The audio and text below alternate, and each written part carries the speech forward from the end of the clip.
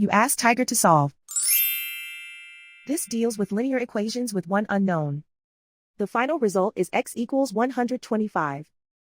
Let's solve it step by step. Simplify the expression. Group like terms. Simplify the arithmetic. Group all constants on the right side of the equation.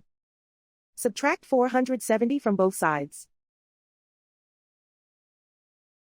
Simplify the arithmetic.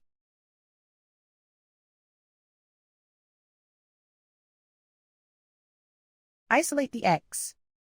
Divide both sides by 2. Simplify the fraction. Find the greatest common factor of the numerator and denominator.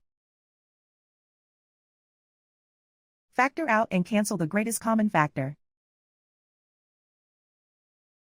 And so the final result is x equals 125.